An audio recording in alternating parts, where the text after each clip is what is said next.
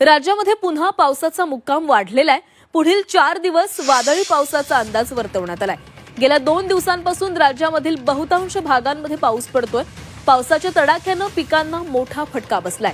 राज्यामध्ये पुन्हा एकदा पावसाचा मुक्काम वाढलाय। पुढील 4 दिवस अनेक जिल्ह्यांमध्ये वादळी वाऱ्यासह पावसाची शक्यता वर्तवण्यात आली आहे। दरम्यान गेल्या आठवडाभरापासून विदर्भ, मराठवाड्याच्या काही भागांसह उत्तर महाराष्ट्र, कोकणामध्ये जोरदार पाऊस पडतोय। या पावसामुळे पिकांचं नुकसान झालेलं आहे। कांदा, सोयाबीन, कापूस, मका, टोमॅटो आणि भाजीपाला मोठ्या प्रमाणामध्ये मातीमोल झालेला आहे। त्यातच आता हवामान विभागानं पुढील 4 दिवस पावसाचा इशारा दिलेला आहे। अरबी समुद्रासह बंगालच्या उपसागरामध्ये कमी दाबाचं क्षेत्र सक्रिय असल्यानं पावसाची शक्यता आहे। या काळामध्ये मच्छीमारांना समुद्रामध्ये न जाण्याचं आवाहनही करण्यात आलंय।